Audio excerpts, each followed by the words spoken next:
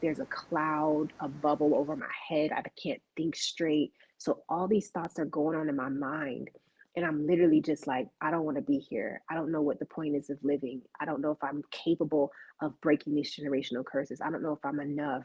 Like my identity was literally like I was letting it go. And in that moment, I don't know like how I got through it, but I just remember waking up and then God just, I don't know. I remember waking up feeling frustrated that I was alive.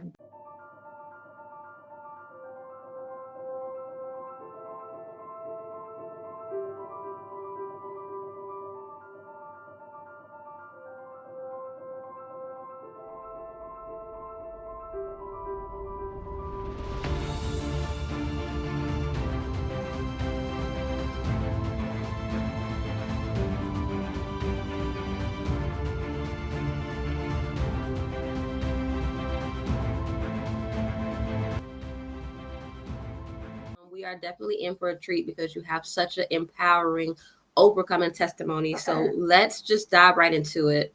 So let's start at your childhood. What was that like for you? Yes. So first off, I want to say thank you for having me on. I'm sorry. I know we dived straight into Yeah, it, of but I course. want to thank you so much for having me on. And it's a pleasure to even be able to share this. Thank you for giving me a chance. And Absolutely. I look forward to how our conversation is going to go today. Yes, So ma'am. basically with my story, right? Mm-hmm. Starting from my childhood. So this is one of the things that are like, this is where it all began, right?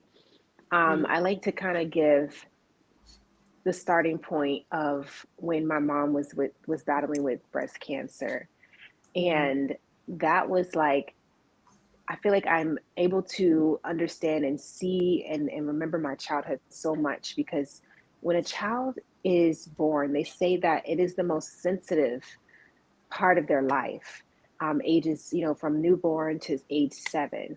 And Mm-hmm. that is a place I feel like I remember so much was impacted for me from like newborn to when my mom passed away, because so much happened in that time. And that's this time I didn't know why, but I see why now.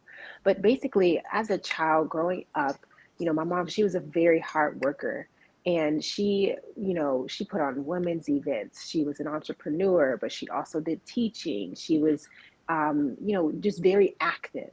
And when breast cancer struck her, um, it made me get into a place of like understanding how to serve, understanding how to, be there for her.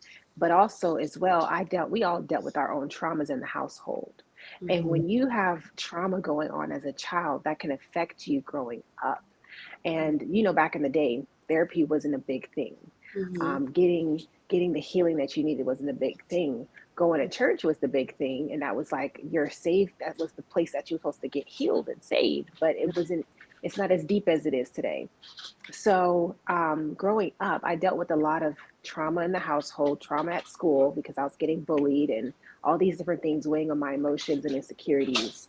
And so, that's basically where things began. And I remember being as a child, like having suicidal attempts and thoughts because I'm like, oh, I got in trouble again, I'm about to get a butt whooping. Oh, I'm in trouble again, about to get a butt whooping. It was always fighting, things like that going on. Like my mom was phenomenal, but I just believe that in her generation, the first thing they knew to do was to fight back.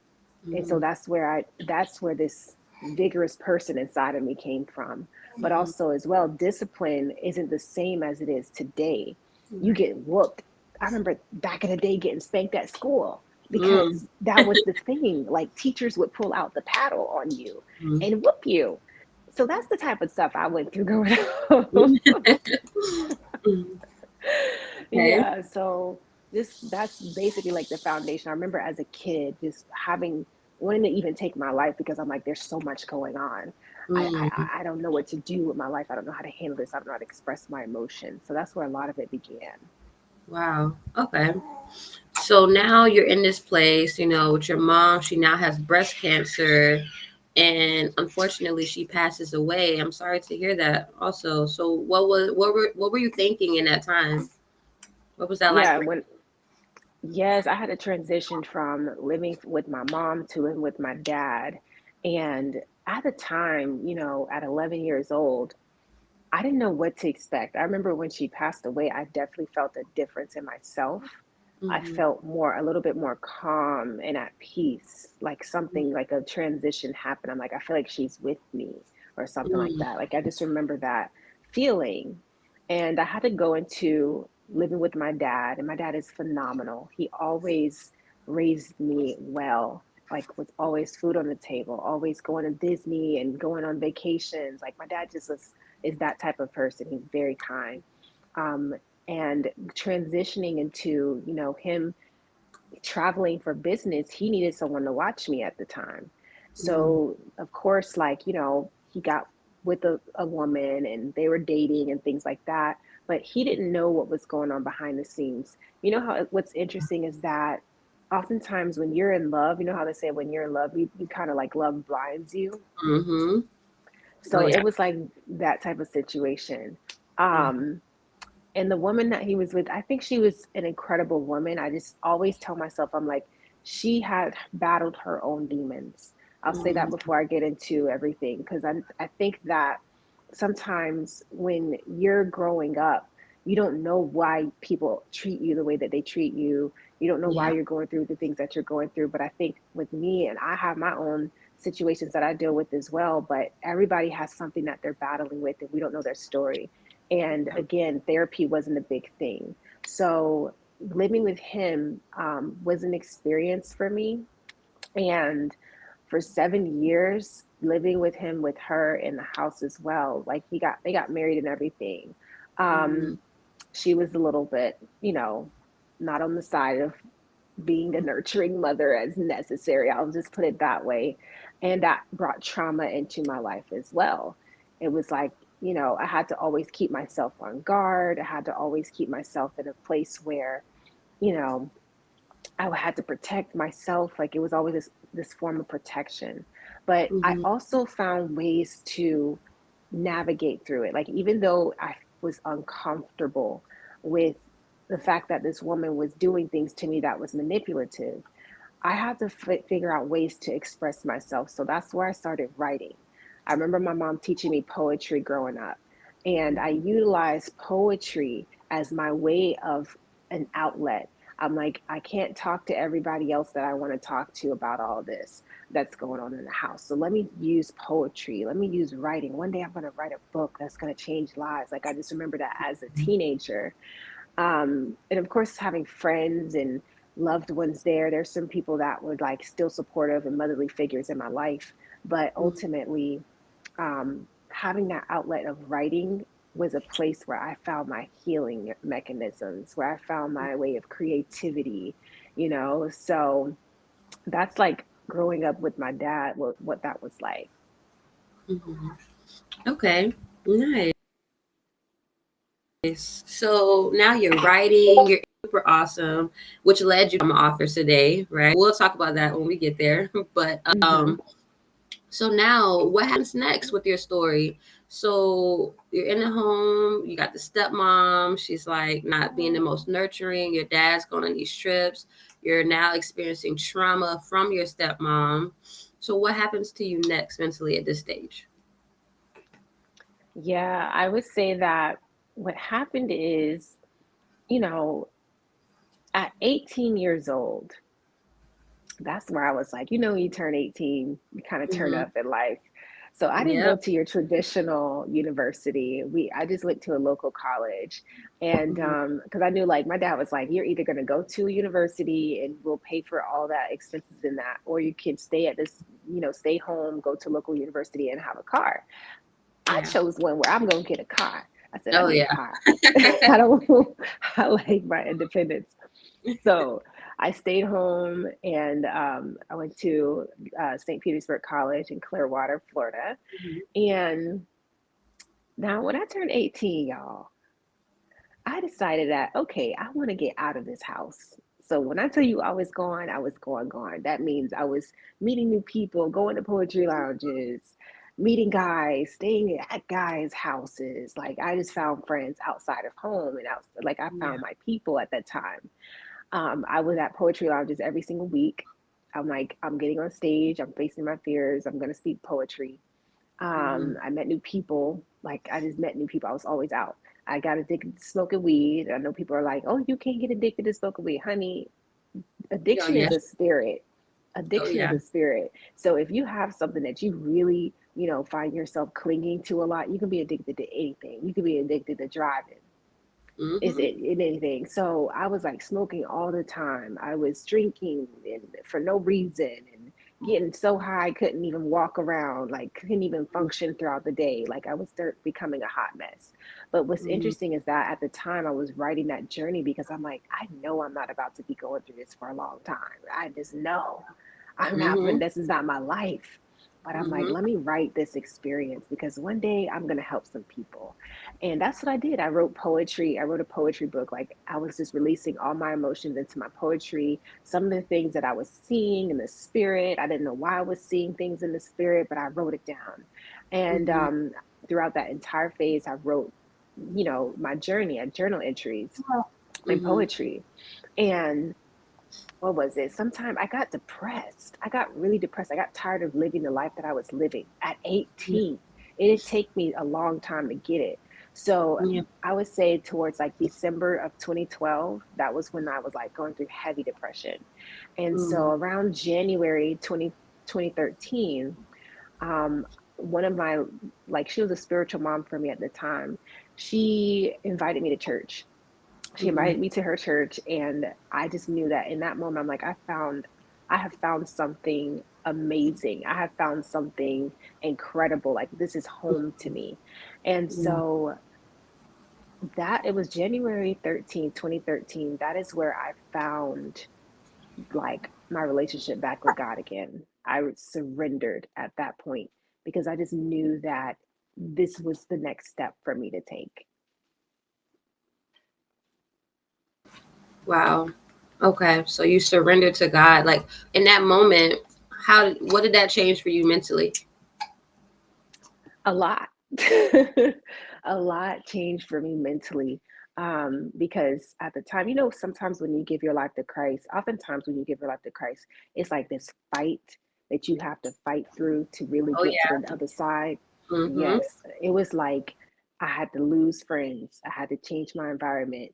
The intensity of the spiritual warfare that was happening in my dad's house with my stepmom at the time, that increased. And so it got to the point where we had a final fight. And that fight was so bad that I had bruises on my face.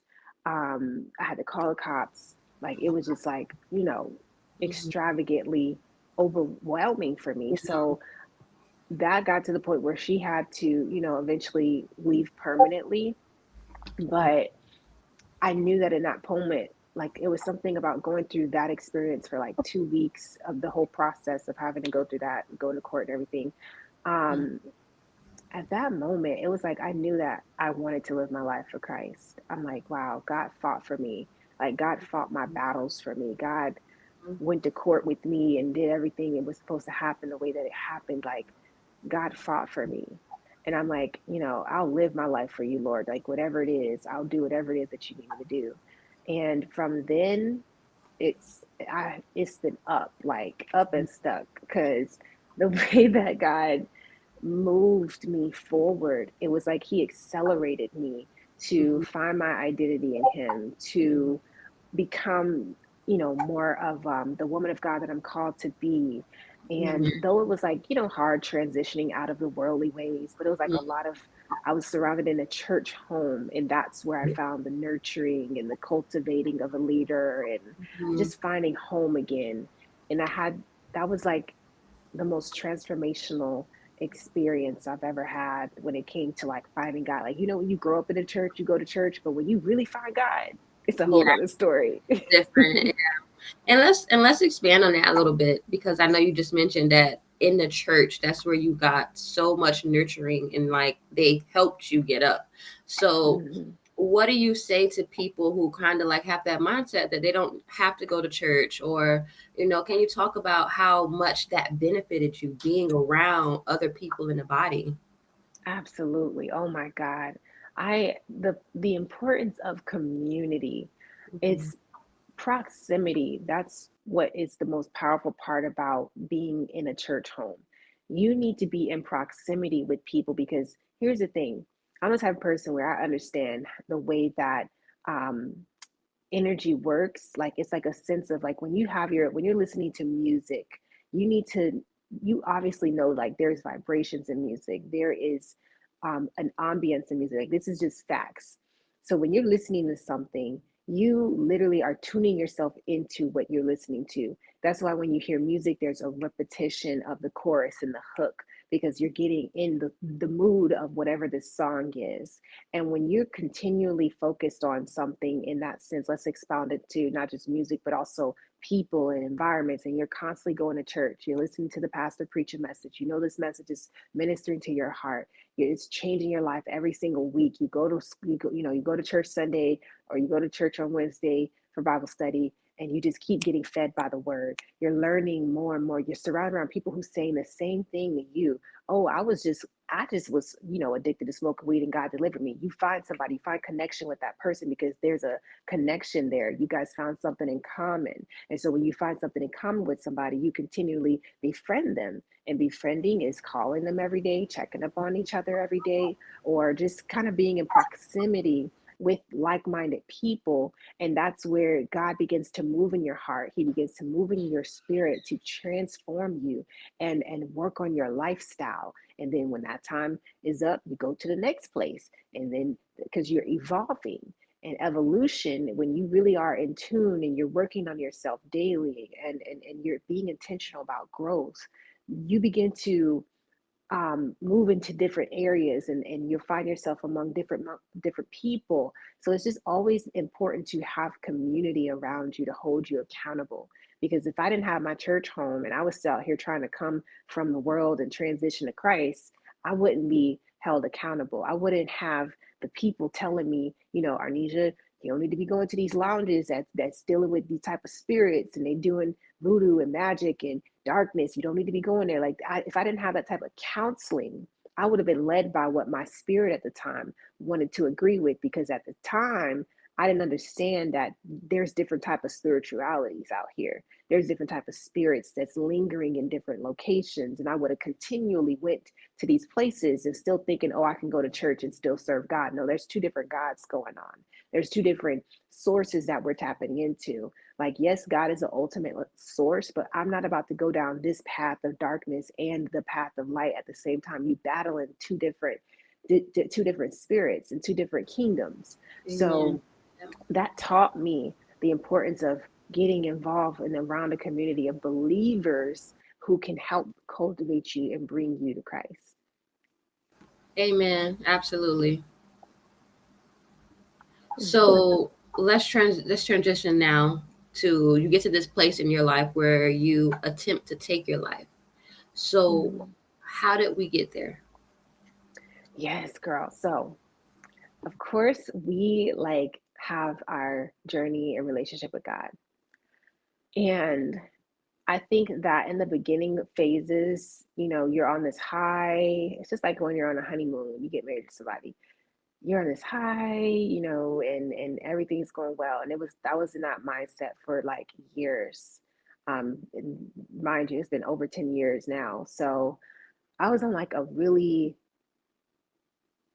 amazing journey. My faith was on another level with God for like I can't even count how many years it's been. But you know what? When life really hits you, I'll just say it this way: when life really hits you in a way where you have to mature, where you have to now make sound decisions, and everything isn't just a leap of faith. Because I know we have some people out here where we just be taking leaps of faith, and we're not managing our finances properly. We're Mm, not, planning our days. We're not scheduling our days because we're like, oh, I just want to be led by the Spirit. Okay, mhm. there's times when you can be led by the Spirit and have you know, um, a free spirit day. But there are times when God calls you to a specific elevation in life where you are now a leader, where you're now a business owner, where you're now a manager, a high-ranking steward over his resources. There's a level of ranking that you come to that you must mature to. And Amen. life, you're no longer drinking baby milk. Now we eating steak. Now we Mm-hmm. eating filet mignon. Like we're in a place where we're in high proximity, and it's vital that you have the discipline, the mindset, the proper habits. And though I knew these things and I knew it was important, it was like fear was a battle for me for a very long time. Like I would get through a lot of things in life, see success in my life, but when fear really hits at the bare bottom, and you you when fear hits you in a way where it's like, well, I didn't see that coming. So for instance, I'll tell y'all this. It was back in 2022, after I was doing book branding for like 3 years with authors and helping them to publish their books. And, Mm-hmm. I was even selling my books at a kiosk and I made over $13,000. Like I was afraid to do that kiosk, but I did it anyways and I saw success. So there's some hurdles I've been jumping over. But in Mm-hmm. 2022, when I decided to pivot quickly into life coaching, because I recognized the need for people to work on their mentality, when I Yeah. pivoted into life coaching and just wanting to be an author and speaker, I pivoted so strong that I wasn't prepared for the downfall. Like you have to know how to pivot in a way where you're still making money, and then, you can go and do the next thing that you're really called, that you feel led to do. And I didn't notice that until I recognized, like, dang girl, like you really be out here taking too many leaps of faith in a way it's not making sense. You pivoted, but you didn't make the money necessary to pivot. So you didn't prepare yourself. And so when you going from dimension of book branding to now life coaching, now you're putting a lot of pressure on yourself that you're not ready for. And I didn't have my business plan mapped out properly. I didn't have I tried to get like plugged into a program, but I wasn't making enough money each month to pay for the program. So they canceled me. And so here I am stuck trying to figure it all out. And so I got to the point where I'm like losing money, literally losing money. And then on top of that, God was also telling me that I was going through a Job experience at the same time. And if you know Job in the Bible, he basically had everything, but then God allowed his resources and all the things that he had earned to be taken away from him. And Right. I was like, when I tell you, I would try to get a job, couldn't get a job. There was a time when my roommate helped me pay for rent, and the gig, it was like Insta work. Mm-hmm. The gigs wasn't opening up for me. But when she said, "Hey girl, can you pay me back the rent X, Y, and Z?" I'm like, "Yeah, girl, I got you." I go on the InstaWork gig site, and of course, there's hours just for the time frame that I need to pay her back. So I'm like, God, Mm-hmm. really? You gonna let me pay her back so she get the money and I don't? Wow. All of the hours of the shift was the exact amount to pay her back. I'm like, wow, God, you favored her, but you're not favoring me. What's going on? What's wrong with me? So it was a lot of different instances where I'm like, God, where you at? Like, I'm trying Mm-hmm. to figure out this business stuff. I know you call me to entrepreneurship. And I got into a phase where it was like, I was back in baby stage. I was losing my mind. I was like, God, Mm-hmm. I don't see you anywhere in all of this. God, why do I have to pay tithes when I'm still struggling financially? What's going, like a lot of questions was coming back to mind. It was some things I had to unlearn to be able to learn God, because my mentality was God is so good all the time. All the time, God is good. That I didn't understand that God was also working in the bad. And some of the situations I was going through mentally brought me to a low point where I was like, God, I'm done. So around like June, it was actually like June 1st, June 2nd. That Mm-hmm. was a point in my life where I was like, God, I'm completely out of resources. God, I don't know why you called me to be this. God, I know you called me to be a prophet. Why am I a prophet? Like, why did you have to call me? What is it about me that you want me to do to help your people? Even though I had these huge dreams to do great things for others, at the Mm-hmm. time, the way that my mind was, I was like losing it, losing the thought of even wanting to be chosen by God and be loved by God. Like, no matter how much I was doing affirmations, I was depressed. And it's Mm-hmm. crazy how finances can like do that to you. But I think that it also reveals to you, what is your trust in? Is it in God or is it in money? Are you going to go out here and prospect and do the things that you need to do as a responsible steward, as an entrepreneur, or are you going to let yourself settle and be in lack? And I'm just like, I gave up. So at the time, like in my closet, June 2nd, in my closet, I was just like, I had a bag over my head, I had a rope over my neck, I had taken a few pills. And I just remember being so low minded that even me watching videos and pictures of my niece wasn't triggering me enough to say stop. It was like I would cry and I'm like, I know I'm going to miss her. Like, I just don't, I can't live this life. I feel like there's a cloud, a bubble over my head. I can't think straight. So all these thoughts are going on in my mind.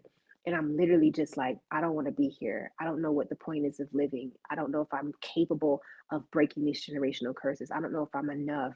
Like, my identity was literally like I was letting it go. And in that moment, I don't know like how I got through it, but I just remember waking up and then God just, I don't know. I remember waking up feeling frustrated that I was alive, but it was like I popped up the next day like nothing happened, but I knew that I needed help. And I talked to my therapist the next day because at the time I was getting therapy for free. And I talked to my therapist, and she talked to me in a way to bring me back to life again. She talked to me in a way where I was able to like try again and just keep going in life. And of course, I talked to my friends, my dad, like just to kind of, and I never told anybody but my therapist at the time and one of my friends that I had lunch with that day. I didn't tell my dad, I didn't tell anybody because I felt so ashamed to even think about taking my own life. And from then, I've been just trying to like stay focused and utilize some of the remedies that I knew are helpful for keeping my mind in the right place and knowing that is necessary to live the life that I'm called to live. Wow. So it seems like the people that you were connected with were super crucial in that Yes. time and even before that. Wow. Mm-hmm. A lot of people, I'm pretty sure, who are listening have, gotten to those, a low point in that, experiences like that. So what would you say to people who may be in that place right now where they feel like it's—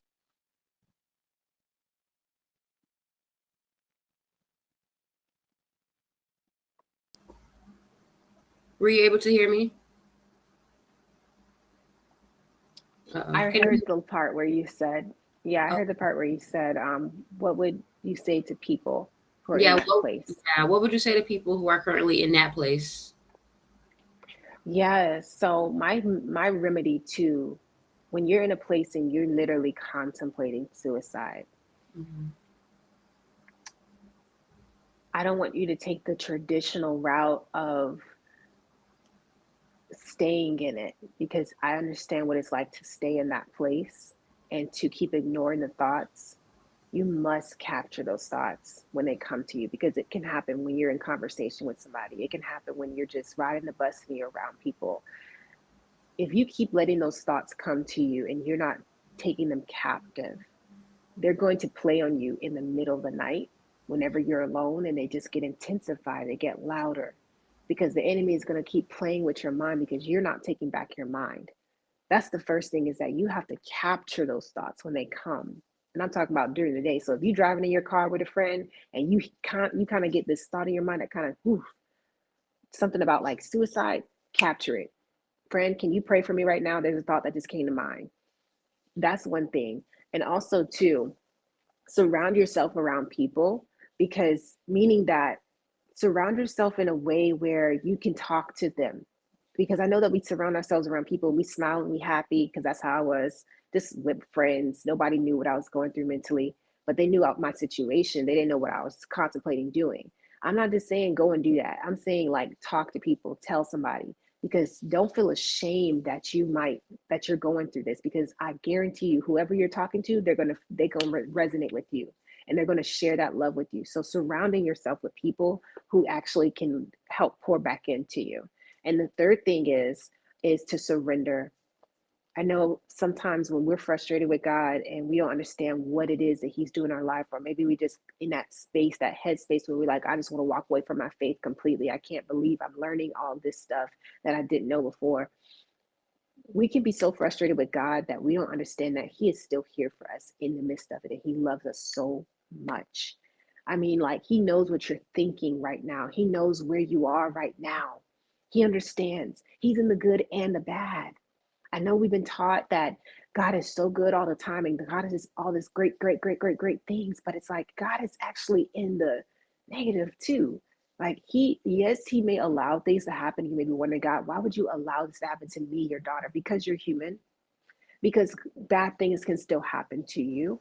And Amen. though it's not that he wants them to, in a sense where it's to tear you apart and break you down. Like, yes, there's a difference between spiritual warfare and demons taking over situations versus God, like him still being in the midst of that. He has to still be with you no matter what, because you have a relationship with him.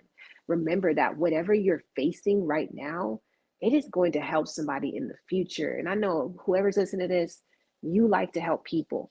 And when you like to help people, you're going to be going through some things in life that's going to challenge you. It's going to tear on that's going to tear on your identity.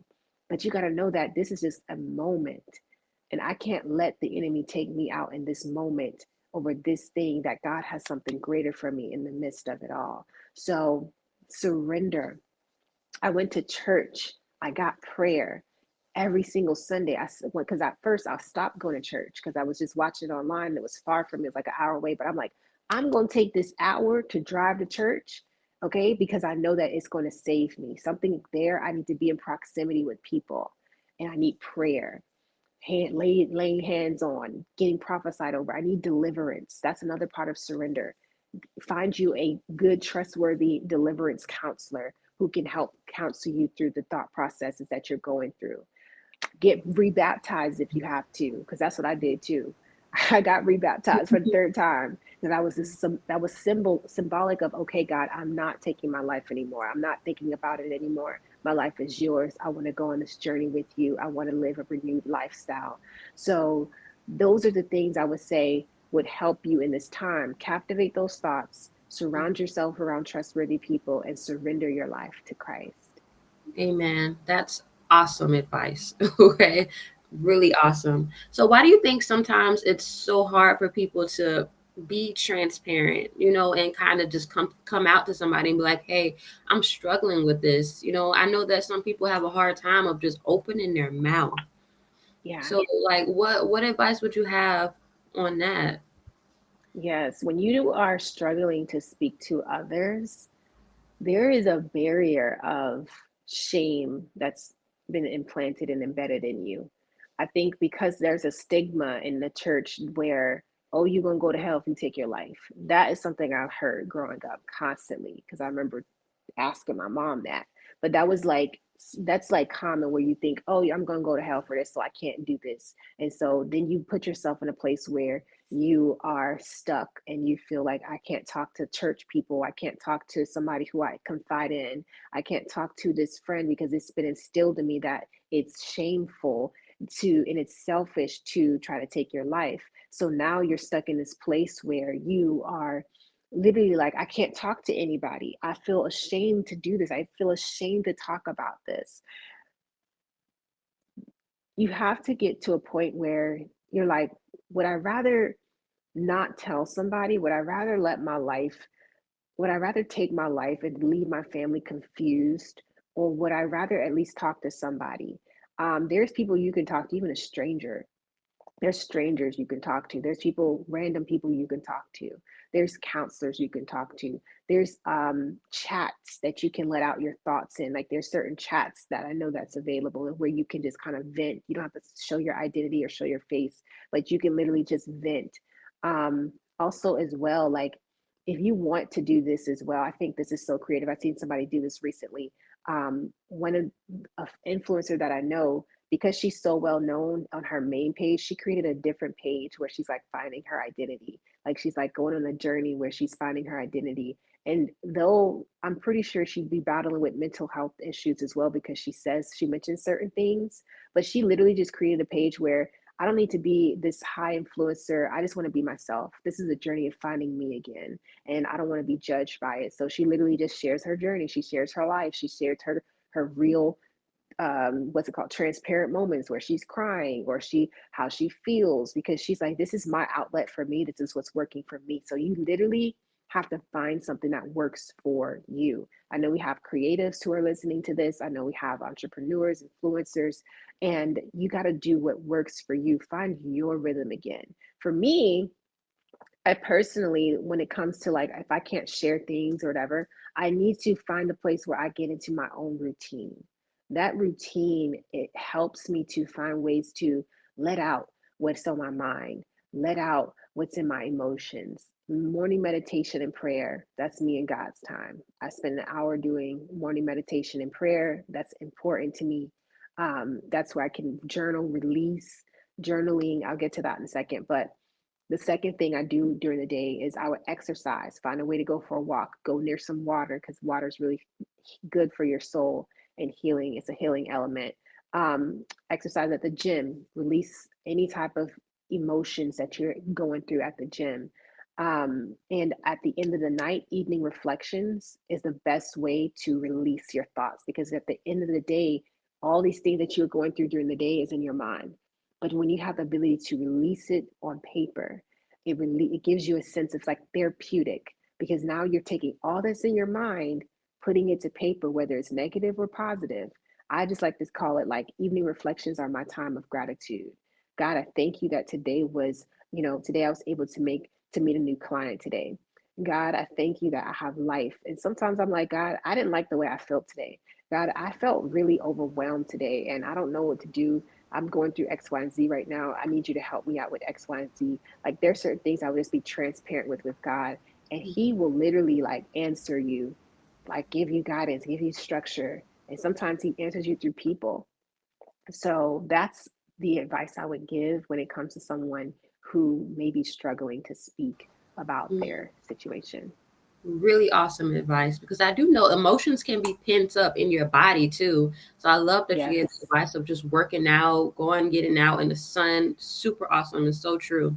So I want to go back a little bit because this just dropped in my spirit because I know that you were in that situation with your stepmom and you went through a lot through that time in your life. Can we speak to people who may be in a place where they are battling with a family member? Like Mm. mentally where you are, where you were at that time. Like what advice would you have to someone who may be in a situation where they live with their stepmom or stepdad or whoever family member that's just completely just toxic? Yes. Okay. So that is important to know. I'm glad you brought that up. Mhm. One of the things that I couldn't do at the time was call the cops. Crazy enough. The first time I called the cops when she put her hands on me, um, they completely denied it. She convinced my dad that, this isn't a bad thing. Like she needs discipline, da, da, da. Like they made up ways to make it look like I wasn't, I was the bad one or I was just getting disciplined. Like so I understand the person who's in that place. Like maybe you're in a place where you can't call the cops because they're not going to believe you because you're a minor or you're under the age. So it's almost like you're trapped. And it's like, okay, if I call the cops, they're not going to do anything about it. So what do I do now? I thankfully had people in my life, like my sister or my aunt, or even like at school, there was a counselor at the time. She's like a cop counselor.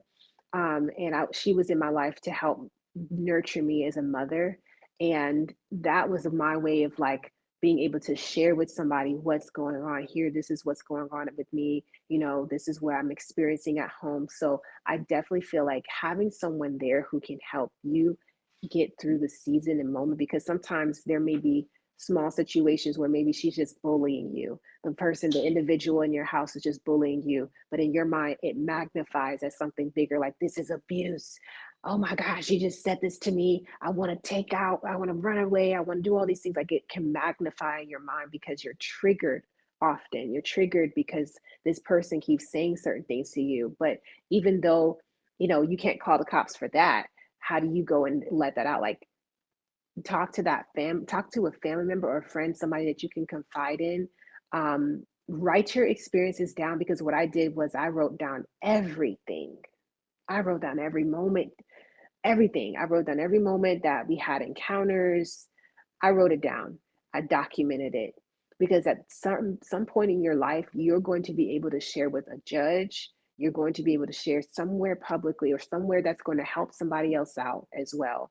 But ultimately, you're going to eventually find favor to get out of the situation.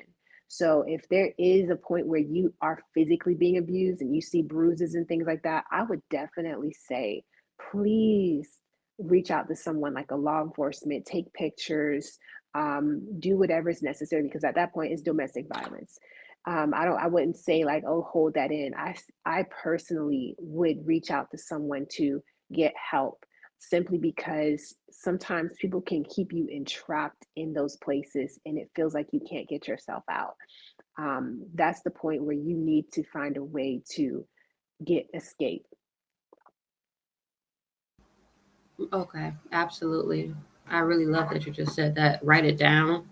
And absolutely, 100%, it will. Oh, I'm sorry, little one here, but it will set someone else free. Mm-hmm. So, Arnejah, the next place I wanted to dive into, you just said one of the main things that I've noticed about your story is you are very transparent and you tell the truth and shame the devil. Okay, and that Yes. has been the number one reason why you've been able to overcome, because you do not keep things a secret. And I just want to point that out for our listeners here. So, do you still struggle with those thoughts here and there? Girl, it's so funny you say that. I'm in a place in my life where God has literally spoken to me, like literally yesterday. That's how soon I'm talking about, where He's rebirthing me. We go through, like I said before, we evolve in life. We have moments in life where we change and transition. And I feel like this is a perfect moment. Oh my goodness. We change and transition. So remember when we talked about my childhood in the beginning and all the things I was going through? Mm-hmm. Um, what's funny, crazy enough, the way when you really truly surrender your life to God, He will show you things that you have never thought you would ever imagine. I mean, some things I'm going through right now, I'm like, God, like my eyes are open to so much, and God is blessing me in return. And where I am right now, God told me that He's rebirthing me.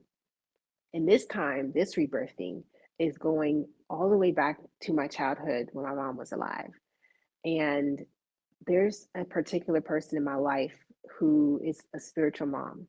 And, you know, yesterday I was like ironing her clothes and cleaning and all these things like I needed to do. It's was an exact reflection that brought me back to my mom growing like when I was a kid, because my mom taught me things at the age of 7, at the age of 8. She taught me how to serve. She taught me so many things. So, the exact same shirt, same jeans as I'm ironing today was like the same thing I was doing with my mom as a kid.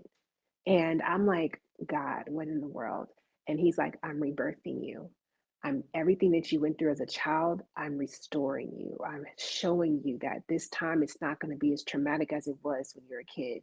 But this time I placed this person in your life to help you overcome the mindsets that you have went through, all the trauma that you went through. I'm restoring you. All of the things that, you have, all the abuse, I'm going to use that to help you to help someone else out. Like all the traumas that I've gone through, I remember my childhood and everything distinctly, because I always used to ask God, why can't I overcome these thoughts? Why am I always remembering my childhood? Why am I always, when I'm in relationships, I get triggered easily because somebody reminds me of my past? Like, God, what is this? So He's like revealing to me now, like, I want you to, I've healed you, I've restored you. The door is wide open for you to walk in a new identity and a new place in your life, because I know that what you went through was traumatizing as a kid, but this time around at 29 years old, I'm restoring you. I'm giving you what you always wanted and needed as a mother. So I want anybody out there to know that if you're going through something like exactly right now, as I said before, document it, write it out. Take this message and do like let God work on your heart, because there's going to come a time, I believe it, because God evolves us and changes our lives, there's going to come a time where you're going to begin to see restoration in your life and use it as a testimony, because there's somebody else that's going through the same thing that you're going through right now. So always know that there's a time of restoration for your life.